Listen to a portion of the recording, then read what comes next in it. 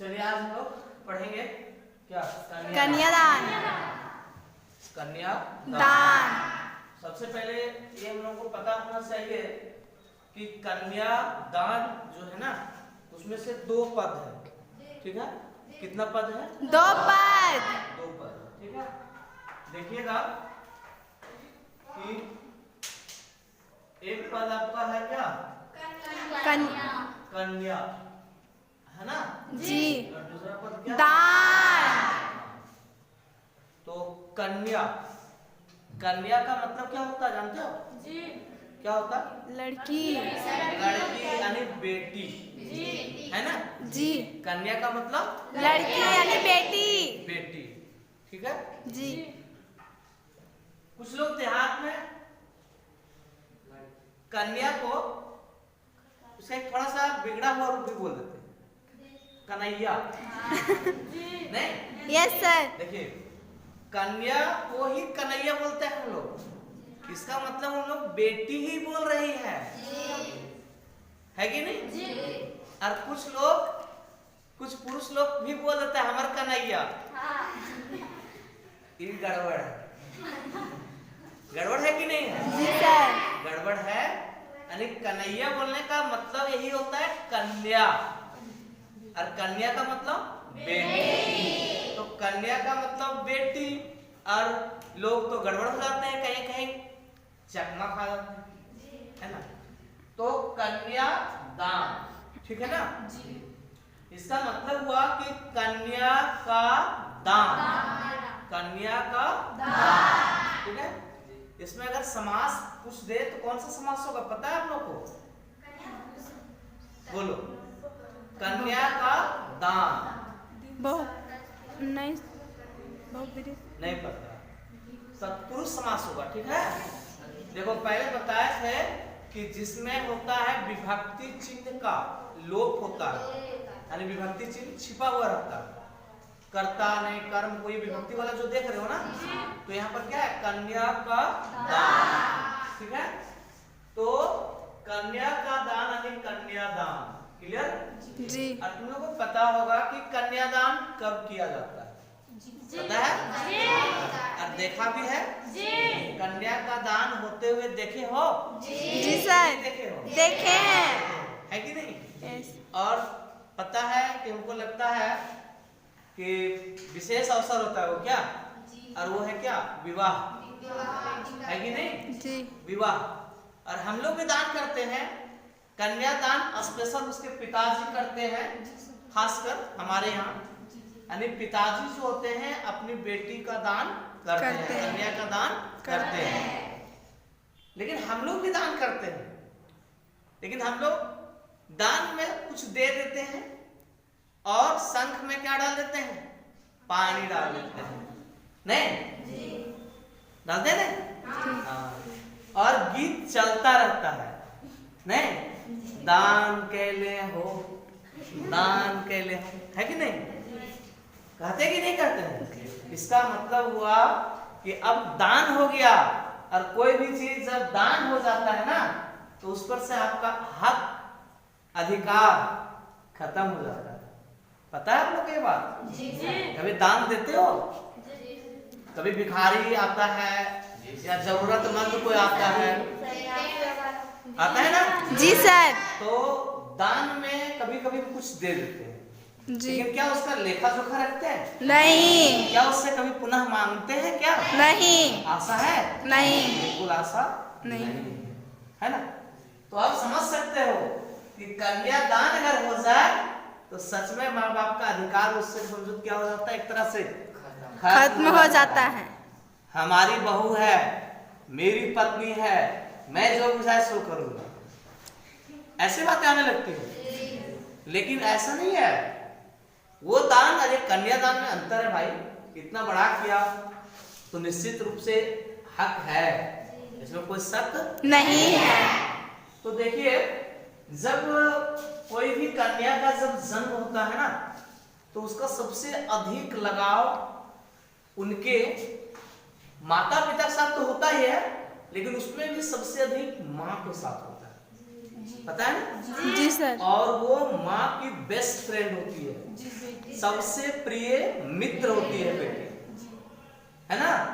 और माँ अपना सुख दुख सब साझा करती है कि नहीं? अपनी बेटी के साथ साझा करती है और बेटी को बहुत कुछ सीख भी देती है कि बेटी ससुराल जाएगी तो अपनी सास की सेवा करना, ससुर की सेवा करना, ससुराल वालों से मत लड़ना झगड़ना, कई तरह का सीख देती है कि नहीं?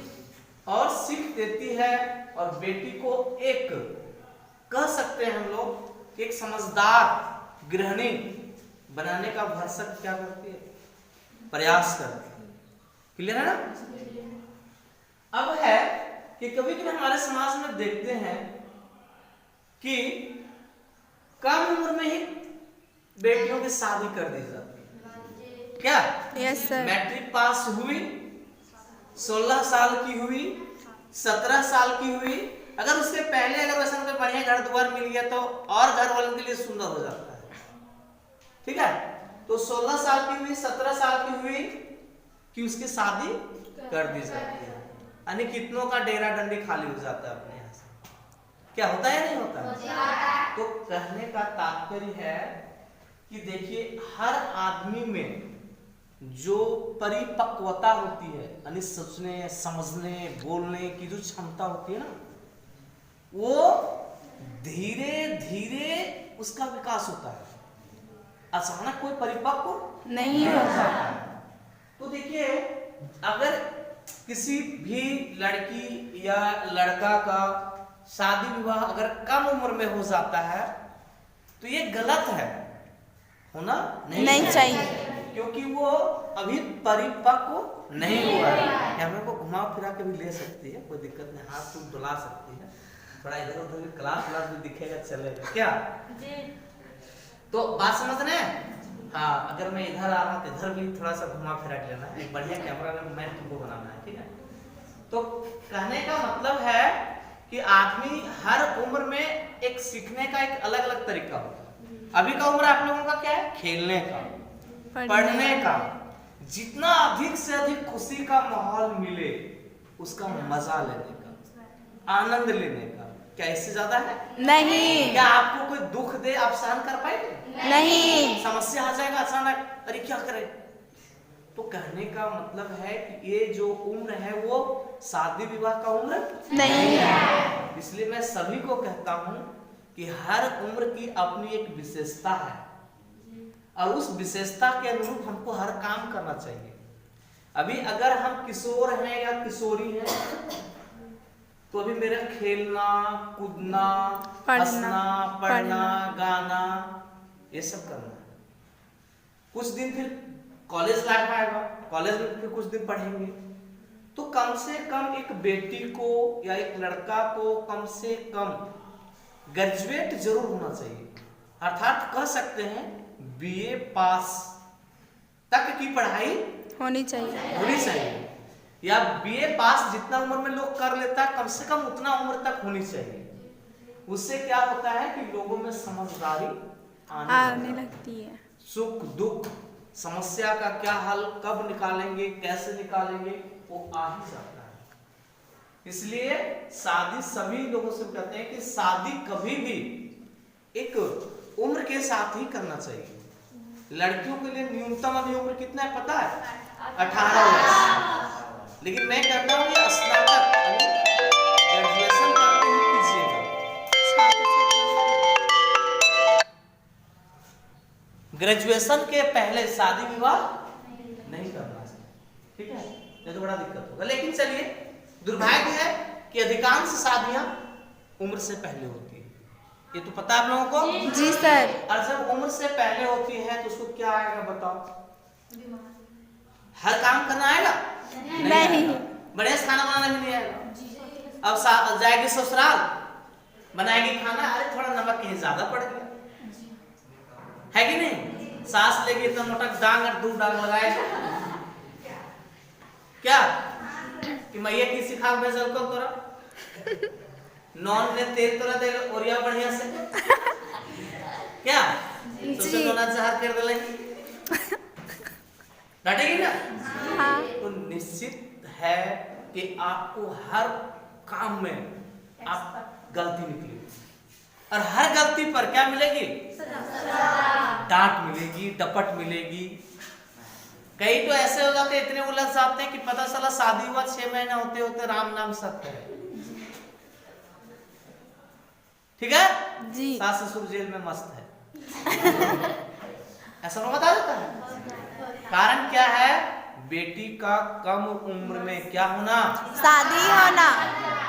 इसलिए आपको पढ़ाया जा रहा है, इसलिए इस पाठ को दिया भी गया है कि आपको समझना है और अपनी शादी के बारे में सोचना भी है कि मुझे कब करनी चाहिए। ठीक है। तो एक बेटी को कई तरह की शिक्षा दी जाती है, उसमें से माँ जो है ना एक यह शिक्षा देती है कि माँ ने कहा लड़की होना पर लड़की जैसी दिखाई मत देना। माँ ने उसको एक अहम शिक्षा दी, बहुत महत्वपूर्ण शिक्षा दी है। और इसका लाइन हम समझ में आ जाकर के सोचिए। देखिए बात ऐसा है कि एक बेटी के साथ कई अत्याचार होता है, कई प्रकार के अत्याचार होता है। मारा जाता है, पीटा जाता है, जलाया जाता है, कुआं में डाल दिया जाता है, फांसी दिला दिया जाता है, कई तरह से उसको प्रताड़ित किया जाता है। दहेज के अभाव में भी और नहीं जानने के भी कारण है कि नहीं? जी। और कभी कभी उसका शोषण इतना होता है, इतना होता है कि उसको पता भी नहीं चलता। तो उसकी माँ बोलती है कि देखो मेरी प्यारी बेटी, तुम जा रही हो ससुराल, तुम्हारी कर दी जा रही है शादी, लेकिन तुम ससुराल जाना, अपने सास ससुर अपने बड़ों का पूरा इज्जत करना, पूरा मान सम्मान देना, सब कुछ करना। लेकिन अगर मेरी बेटी तुम्हारे ऊपर कोई अत्याचार हो, तुम्हारी गलती ना रहे, उसके बावजूद भी तुम्हें क्या किया जाए? सताया जाए, दबाया जाए, तब मेरी बेटी तुम उस चीज को सहन नहीं करना। उसके लिए तुम्हें क्या करना है? डट के सामना करना है, सामना करना है। लेकिन तुम्हें उदंडता नहीं करना है। ये नहीं कि माँ को खाना नहीं देना है, ससुर के लिए खाना नहीं पहुंचाना है, ये सब गलत है। लेकिन अगर तुम्हारे साथ अत्याचार होता है तो उस अत्याचार को सहना नहीं है। इस पाठ का मुख्य उद्देश्य यही है, एक लड़की को सतर्क करना। ठीक है। कहती है सबसे पहले कितना प्रामाणिक है ना? प्रामाणिक किससे बना है? प्रमाण से बना है। कौन प्रत्यय लगा के? इक प्रत्यय लगा के। ठीक है। प्रमाण में इक प्रत्यय लगा के बना दिया क्या? प्रामाणिक है कि नहीं? तो कहता प्रमाण का मतलब होता है जिसका प्रूफ होता है, जिसके बारे कह सकते गवाह, साक्ष्य है कि नहीं? कहता है कितना प्रामाणिक था उसका दुख। उसका का मतलब माँ का। उसका किसके लिए प्रयोग हुआ है? माँ का। माँ के लिए। कितना प्रामाणिक था उसका दुख, यानी एक माँ का दुख कितना दिख रहा था। प्रमाण मतलब जो दिखे, वास्तव है ना, यानी वास्तविक दिख रहा था, नहीं? यानी कितना प्रामाणिक था, यानी कितना सहज दिख रहा था। क्या दिख रहा था? माँ का दुख। उसका दुख मतलब माँ का दुख, यानी माँ बहुत ही क्या थी? दुखी थी। माँ क्या थी? दुखी थी। कब? लड़की को दान में देते वक्त, जिस समय उसकी बेटी का विवाह के समय क्या किया जा रहा था? दान किया जा रहा था। मंडप में कन्या का क्या हो रहा था? दान हो रहा था। उस समय उसकी माँ बहुत दुखी दिख रही थी, जैसे वही उसकी अंतिम पूंजी हो। वही का मतलब बेटी। वही का मतलब बेटी। जैसे वही उसकी का मतलब माँ। है ना, फिर से जैसे वही उसकी अंतिम पूंजी हो। अंतिम पूंजी, अरे वही का मतलब बेटी, और उसकी का मतलब माँ। ऐसे लगता है कि बेटी ही है जो उस माँ के लिए क्या है, अंतिम पूंजी है। अंतिम पूंजी, देखिए पूंजी तो अधिकांशतः लोग रुपया पैसा से देखता है, लेकिन हर क्षेत्र में अपना अपना एक पूंजी होता है। कोई कहता है कि मेरा बाल बच्चा ही मेरा पूंजी है, यही एक दिन कमाएगा। कोई कहता है मेरा बाल बच्चा ही पूंजी है, इसका अर्थ है यही मेरा दुख को दूर करेगा, है ना। और सच बात है कि एक बेटी का होना माँ का आधा दुख दूर हो जाता है, पता है। जब एक बेटी का जन्म होता है ना, तो भले समाज में लोग जैसे सोचता हो, लेकिन एक माँ का दुख दूर हो जाता है। और समाज में बेटी का जन्म होना बहुत जरूरी है। समाज में बेटी का जन्म होना बहुत जरूरी है। क्यों जरूरी है, मैं एक बात बता देता हूं। देखो, एक बेटा और एक बेटी, चलो शादी विवाह अगर हो गया तो एक पति और एक पत्नी। वही बेटा पति बनता है किसी का, और वही बेटी किसी का क्या बन जाता है, पत्नी बनती है। तो एक पति और पत्नी, मान ले कुछ लोग कहता बेटा सिर्फ रहे कोई दिक्कत नहीं है। नहीं, देखो पति का वंश वो बढ़ा दिया किसने, बेटा। लेकिन क्या माँ का वंश बढ़ेगा उससे, नहीं। माँ का कहने का मतलब है कि पति का वंश एक बेटा इसलिए बढ़ाया कि वो बेटा एक दिन पति बन सकता है, बनेगा ना। लेकिन एक माँ, फिर माँ का कोई वंश है नहीं, एक माँ बनेगी कोई नहीं बनेगी। इसलिए एक माँ का वंशज एक बेटी होती है, क्योंकि वही बेटी आगे फिर क्या करेगी, एक वंश को जन्म देगी। इसलिए एक माँ के लिए बेटी का होना बहुत जरूरी है। और जैसे ही बेटी हो जाती है, कुछ बड़ी होती है, उसके लिए बर्तन धोती है, कपड़ा धोती है, खाना बनाती है, पैर हाथ में तेल लगाती है, कई तरह की बातें होती है। क्या आप लोग अपने माँ के साथ करते हैं ऐसा? Yes sir. कि नहीं करते हैं? करते हैं। अगर करते हैं तो बहुत सुंदर, और अगर नहीं करते हैं तो गलत है, ठीक है। क्योंकि आप अपने माँ का सबसे प्रिय सहेली हैं, और आपको अपने माँ का दुख क्या करना चाहिए, हरना चाहिए, ठीक है। तो वही है, तो निश्चित आप बताओ कि माँ के लिए वो पूंजी थी कि नहीं थी? उसका दुख हर रही थी। यानी आप कहने का मतलब है, किसी के पास धन होता है उससे उसको सुख मिलता है, कुछ खरीदता है, लेकिन ये जरूरी नहीं है कि पैसा रहेगा तभी सुखी होगा आदमी, तभी उसको सुख मिलेगा।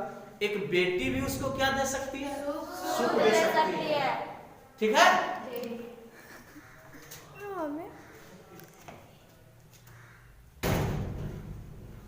तो इसीलिए बेटी को क्या कहा गया है, अंतिम पूंजी। समझ में आ गया? तो प्रश्न करेगा कि बेटी को अंतिम पूंजी क्यों कहा गया, है कि नहीं? Yes sir. तो हमारे जीवन में जो रुपया पैसा देख रहे हो ना, वो एक प्रकार से भौतिक पूंजी है, जिसको आप छू सकते हैं और क्या कर सकते हैं, देख सकते हैं। लेकिन यहाँ जो अंतिम पूंजी है ना, उसको महसूस किया जा रहा है। बात समझ रहे हो? तो कहेगा कि बेटी को अंतिम पूंजी क्यों कहा गया है, तो हम लिख सकते हैं कि जिस प्रकार से एक भौतिक पूंजी से हम सुख सुविधा की चीजें खरीद सकते हैं, हमें सुख सुविधा मिल सकती है, ठीक उसी प्रकार से अगर देखा जाए तो एक बेटी एक माँ के लिए कई सुविधाओं को उपलब्ध कराती है, उसके कई कामों में क्या करती है, सहयोग करती है, अर्थात इस प्रकार से, और उसके सुख दुख में हमेशा साथ होती है। माँ अपना दुख पूरा का पूरा साझा किसके साथ करती है, बेटी के साथ करती है। इसीलिए उसकी बेटी उसके लिए क्या है, अंतिम पूंजी है, अंतिम पूंजी है। आगे बात समझ में? चलिए आगे कहता है, अब यहां तक तुम समझ गए, एक माँ का भाव था, यहाँ पर किसका भाव दिख रहा था, माँ का भाव दिख रहा था, है कि नहीं? माँ का क्या झलक रहा था, भाव। इसमें क्या क्या भाव दिखा कि उसका जो दुख था वो देखने लायक था, है कि नहीं? कब? जब बेटी को दान दे दिया, क्योंकि बेटी उसके लिए क्या थी? अंतिम पूंजी थी।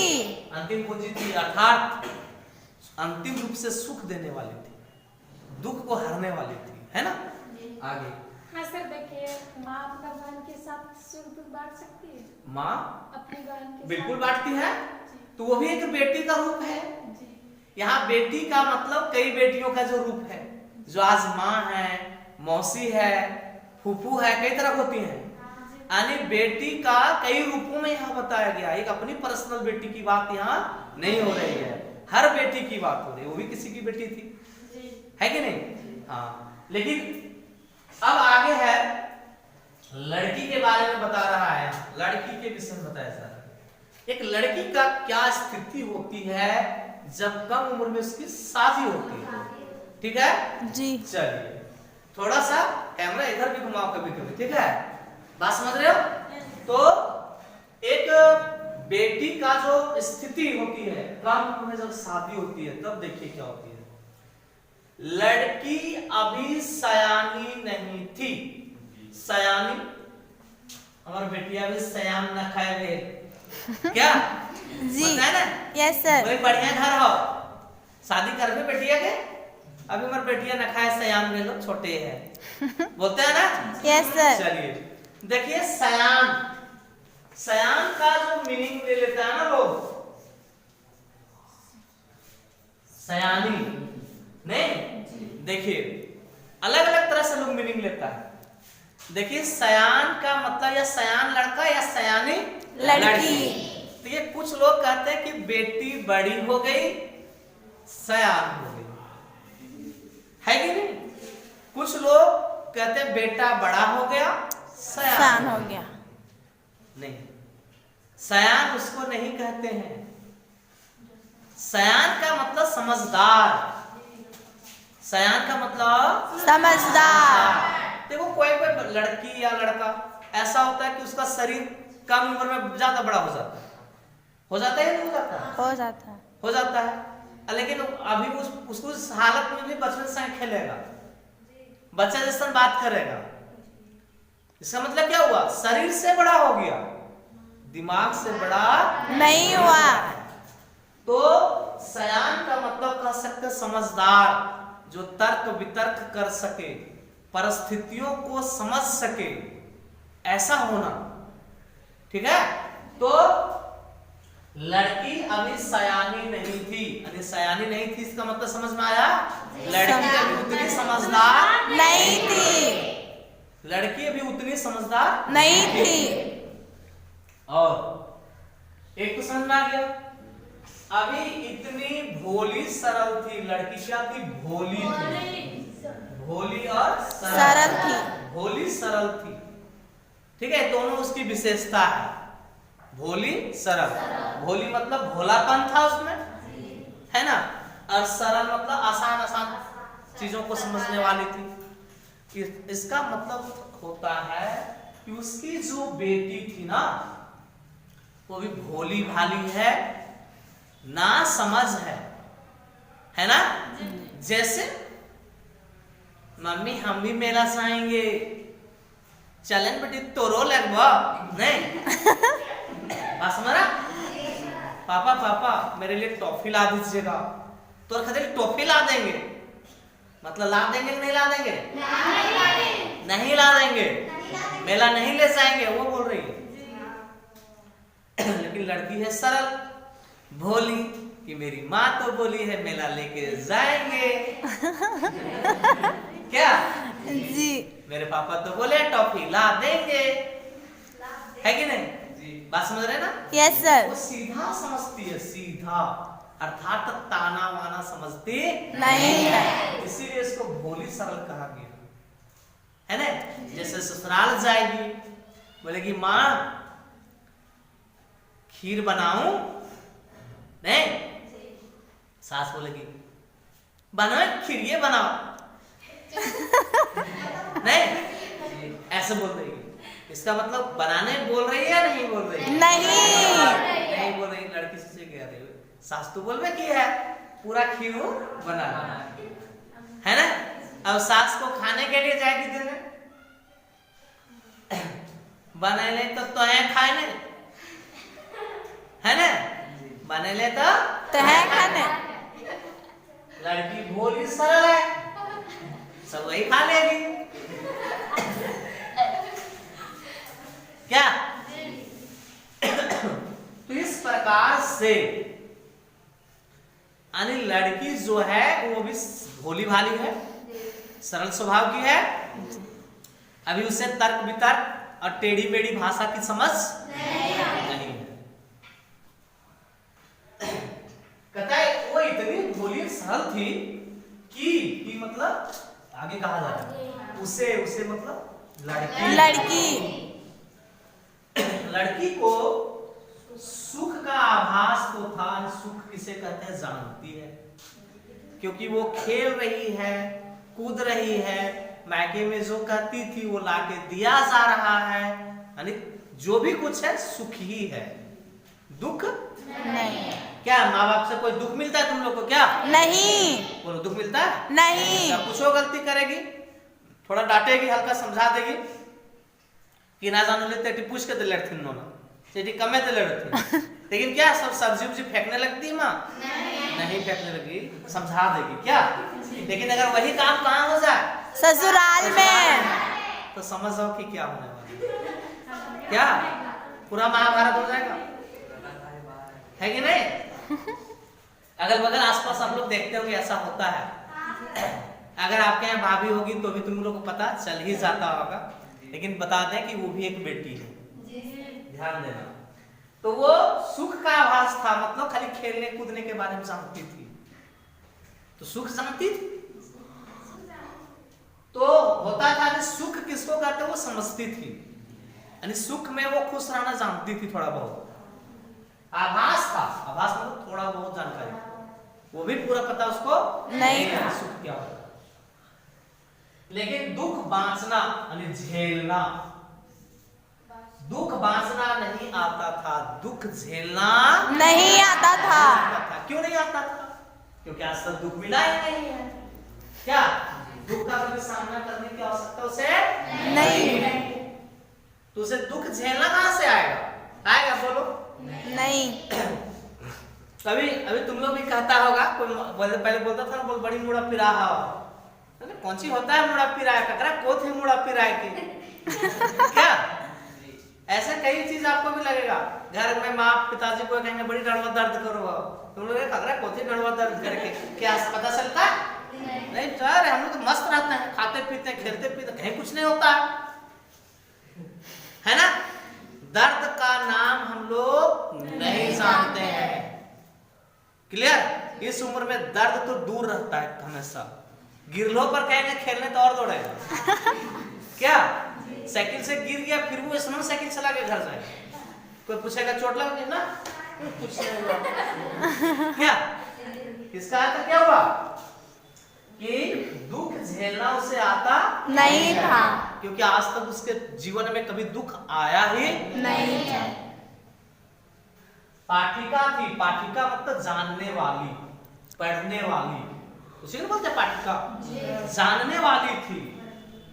वह धुंधले प्रकाश की, धुंधले प्रकाश की, ठीक है।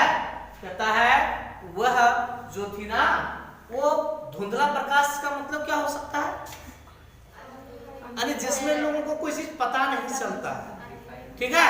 यानी ऐसे जगह में वो रही है, ऐसे घर में वो पली है जहां उसे उस तक क्या नहीं पहुंच पाया है, दुख का प्रकाश नहीं पहुंच पाया। यानी उसके पास दुख जो था अब ये प्रकार से धुंधलापन था, दिखता उससे समझो दुख का आभास नहीं था। कुछ तूकों और कुछ लयबद्ध पंक्तियों की, कुछ तूकों और कुछ लयबद्ध पंक्तियों का मतलब होता है कि वह जो थी वह कुछ ऐसी चीजों को जानती थी जहां कभी जरूरत पड़े तो हाँ में हाँ मिला देगी और ना में ना मिला देगी, यानी जो उसको समझ में आएगा इसका मीनिंग क्या होगा उससे उसको कोई मतलब नहीं है ना। जैसे कह दो कि तुक मिलाना, तुक मिलाना मतलब वही हाँ बोलना, तो हाँ बोलना, ना कहे तो ना बोलो।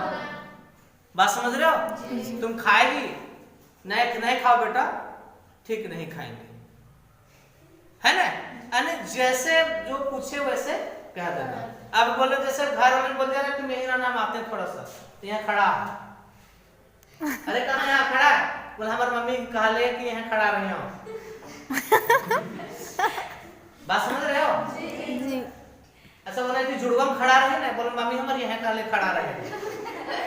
मतलब इतना सीधा सरल, मतलब जो कहती तुक मिलाना, हाँ में हाँ मिला देना, ना में ना मिला, कोई तर्क वितर्क नहीं करना। घर में कुछ खाना बना है तो तुम ये वाला खा लेना, ठीक? बोल ठीक।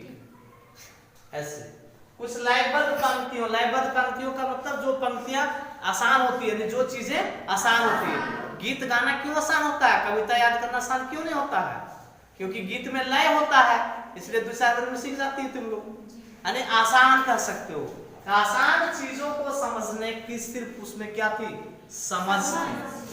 सिर्फ और सिर्फ वो क्या कर सकती थी? आसान चीजों को समझ सकती थी।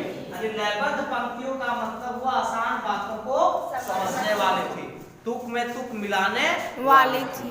अरे लड़की समझ सकते हो कितनी सरल थी। इसे पता चलता है कि लड़की बिल्कुल ना समझ थी, उसके अंदर किसी भी बातों की तर्क वितर्क करना जो है वो आता नहीं था। ठीक है? अरे ऐसी सरल और भोली लड़की की क्या कर दी जा रही है? शादी। शादी कर दी जा रही है। बाराती जो है ना मजा ले रहे हैं, लेकिन इस बेचारी को पता नहीं है। ठीक है? चलिए, ठीक है? चलिए, अब माँ बोलती है, फिर से बेटी को आगे बोलती है। ये माँ का हालत था, ये बेटी की हालत थी। क्लियर है? इस स्थिति में बेटी की शादी हो रही है, तो अब माँ सोचती जब शादियां हो ही रहा है तो कुछ कुछ बेटिया के क्या करें? समझा दें, सिखा दें 10-15 दिन में। नहीं तो आगे वो बेटी को यहाँ सीख दे रही है। यहाँ है सीख, बेटी को क्या दे रही है? सीख। माँ ने कहा पानी में झांक कर, पानी में झांक कर। पानी जानते हो दर्पण का एक रूप होता है, पता है? पानी में चेहरा दिखता है या नहीं दिखता है? कुआं में देखा है? तो एक प्रकार से कह सकते हैं कि पानी जो है वो दर्पण का एक रूप है। ठीक है? अर्थात यहाँ पानी का एक और भाव अगर देखें तो पानी बड़ा कोमल होता है, बड़ा शीतल होता है, पता है? तो जानते हो जब ससुराल जाओगे तो कई तरह की तारीफें भी मिल सकती है तुमसे काम लेने के लिए। दो औरत खड़ा रहेगी, हमारा हाल हो पुतहिया उठो 3 बजे भोरवे में, जल्दी काम करता हूँ, एकदम सबके खाना पीना बना के रेडी करता हूँ, तो तुमको भनक लग जाएगा हमारी ससुर बड़ी तारीफ कर रही है ना? तो तुमको अच्छा बहुत सुंदर है बहू मेरी, बहुत सुशील है, कई तरह बातें होती है। अब तुम ये सब सुन के क्या हो जाएगी? फूले नहीं समाएगी, है ना? खुशी के मारे पैर जमीन से ऊपर रहने लगे। हर बात पर सास बोली हाँ माँ, तुरंत जो बोलेगी हाँ माँ, एक काम हाँ माँ हम ही करेंगे, टेंशन मत लो। ऐसे मतलब कहने का मतलब है कि अगर तुम पानी में झांक कर यानी कोमल कोमल बातों में आकर, क्लियर जी, अपने प्रशंसा को सुनकर अपने चेहरे पर मत रिझना। रिझने का मतलब होता है किसी की सुंदरता को देखकर उन्हें ताकले रहना, है ना? गाड़ी वाला हॉर्न बजा रहा है, पॉं पॉं, कौन सुन रहा है ना? नहीं तो रोड में चाहता आदमी तो कुछ देखा देख ले रह गया है, जैसे कभी देखले नहीं किया है कि नहीं? वैसे वो होता है तो उसको कह सकते हो क्या हो गया? रिझ गया। क्या हो गया? रिझ गया। यानी किसी सुंदरता को या किसी की सुंदरता या किसी के प्रति क्या हो जाना? अरे कह सकते फिदा हो जाना, नहीं? यानी इसका मतलब हुआ कि आप तुम जो है पानी में यानी दर्पण में कहो या कोमल कोमल बातों में कहो, प्रशंसा सूचक बातों में कहो, इन सब बातों पर अपने चेहरे पर मत रिझना। यानी अपना चेहरा के बारे में, जो सुंदरता के बारे में जो चर्चाएं होगी या तुम अपनी सुंदरता देखोगे तो इस सुंदरता पर मत फिदा हो जाना, मंत्र मुग्ध मत हो जाना, क्योंकि ये चेहरा शाश्वत नहीं है, हमेशा नहीं है। यही जो चेहरा है वो कभी नफरत का क्या बन सकता है, कारण भी बन सकता है। अर्थात एक लाइन में समझो तो हमें अपनी सुंदरता पर, चाहे जिस तरह की सुंदरता हो, कभी भी रिझना नहीं चाहिए, ज्यादा मंत्र मुग्ध होना नहीं चाहिए, ज्यादा उसके प्रति सोचना नहीं चाहिए। ठीक है? क्यों? और कहती है आग रोटियां सेकने के लिए है, और आगे कहती है कि आग का काम क्या है भैया? आग का एक साफ काम है पकाना। चाहे रोटी पका लो, चाहे भोजन पका लो, चाहे अन्य तरह की चीजें पका लो, अरे जरूरत से फायदा, नुकसान नहीं। वही होता है आपसे, चाहे लोहा पिघला हो, काम हो रहा है, किसी को लॉस नहीं। लेकिन कहता आग रोटियां सेकने के लिए, मां समझा रही है कि आग देखियो, आग जलती हुई आग कितना सुंदर लगता है, बताओ। सुंदर लगता है या नहीं लगता? बहुत सुंदर लगता है। उसकी लौ, उसकी ज्वाला बहुत सुंदर लगता है। क्या उसकी ज्वालाएं जो है इतनी अच्छी दिखती हैं, इतनी सुंदर दिखती हैं कि लगता है हाथ से थोड़ा छू ले। अगर सुंदर चीज को सुनाई नहीं करता है ना, उतना सुंदर फूल अगर रहता, शांत रहता वो, अगर आग उसमें ताप नहीं होता तो निश्चित है कि आप छू लेता, उसको पॉकेट में डाल लेता। क्या? क्योंकि उसकी चमक भी तो है। तो वही कहता है कि देखो आग रोटियां सेकने के लिए है, अर्थात सुंदरता को आग से समझो, एक तरह से क्या कर रहा है, दिखा रहा समानता कि देखो आग भी सुंदर होता है ना। और उसमें सिर्फ और सिर्फ क्या किया जाता है, रोटियां ही सेका जाता है। ठीक है? रोटियां ही सेका जाता है, मतलब काम की चीजें ही सिर्फ उस पर होती है, जलने के लिए नहीं, जलने के लिए नहीं, क्योंकि उसको अगर टच करोगे तो तुम जल जाओगे। आग में जलोगे या नहीं जलोगे? इसका मतलब हुआ यहाँ एक प्रकार से ये भी दो बात हो सकती है, दो बातें कही जा रही है कि अपने चेहरे को जो है ना वो उस पर मत तुम ज्यादा रिझना, उस चेहरे से तुम्हें ज्यादा कुछ संबंध बना के नहीं रखना है।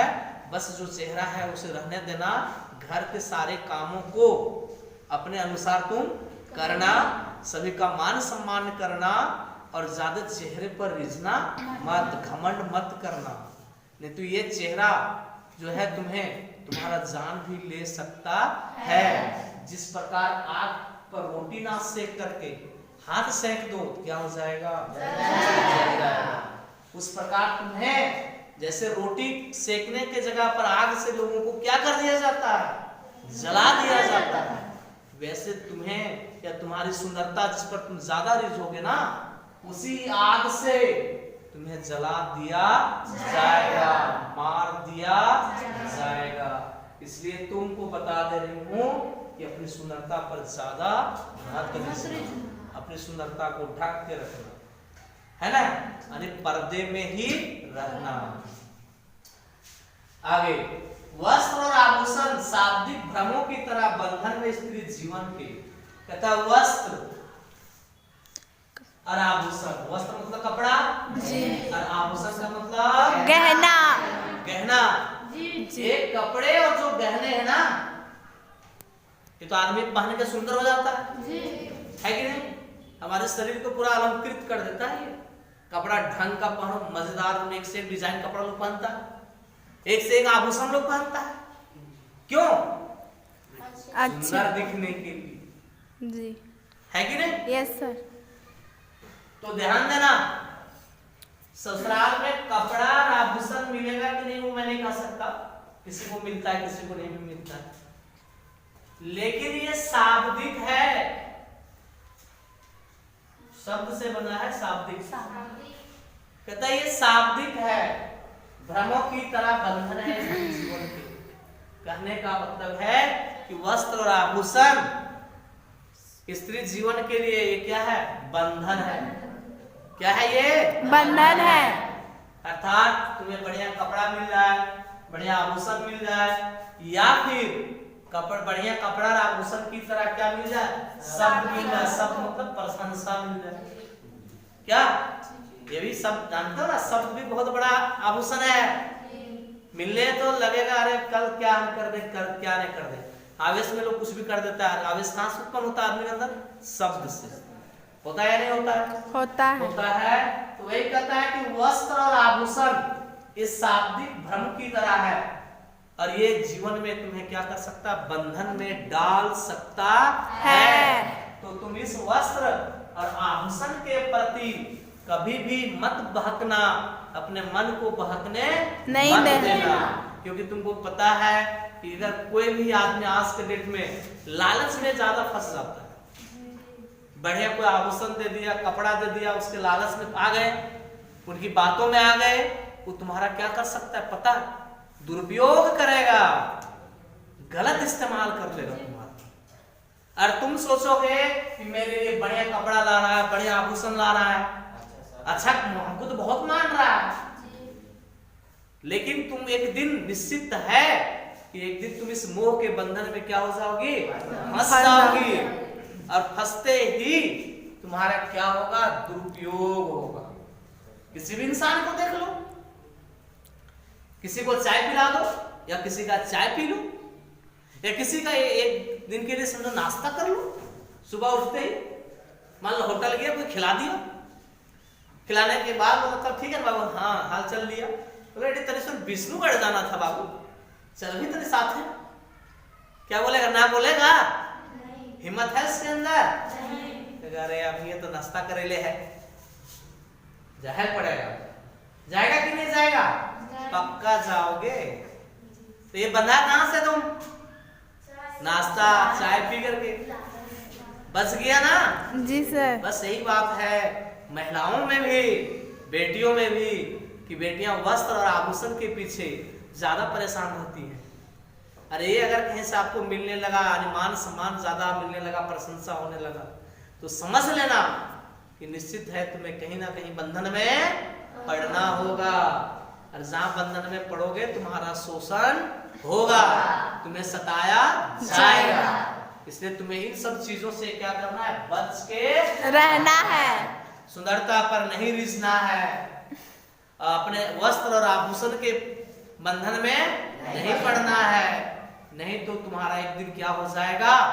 शोषण हो जाएगा। इसलिए जितना ही है उतना ही में तुम क्या रहना? खुश रहना। तुम्हें बंधन में कोई डाल नहीं सकता। अपने स्वाभिमान पर टिके रहना। कोई बढ़िया कपड़ा पहन के गया तो वो अपने लिए गया है, मेरे लिए नहीं गया। मैं जो पहन के आया हूं सबसे सुंदर, अपने के लिए यही सोचना है। और दूसरे के आभूषण या वस्त्र रथी में के बंधन में, मोह में नहीं पड़ना है, जिससे क्या हो जाएगा? हमारा शोषण होगा। कई तरह का शोषण होगा। जो काम नहीं करना चाहिए वो हो सकता है तुमसे कराएगा। ठीक है, ऐसा है। कोई मुफ्त का अगर चाय पिला रहा है ना, तो डेली डेली 5 दिन 10 दिन मुफ्त का रोज नाश्ता करा रहा है ना, तो जान लेना एक दिन ज्यादा चुकाना पड़ेगा तुमको। ठीक है, डेली कोई खिला रहा है, मुर्गा मछली खिला रहा है ना, तो 10 दिन लगातार खिलाएगा, तो तुमको मान लो डेली 300 रुपया का खिलाएगा, तो कितना हो जाएगा 10 दिन में? 3000। 11वां दिन में बोलेगा मेरे दोस्त बहुत दिक्कत है, ऐसा करो ना, मुझे पैसा की सख्त जरूरत है, कैसे 20,000 रुपये खोज दूं।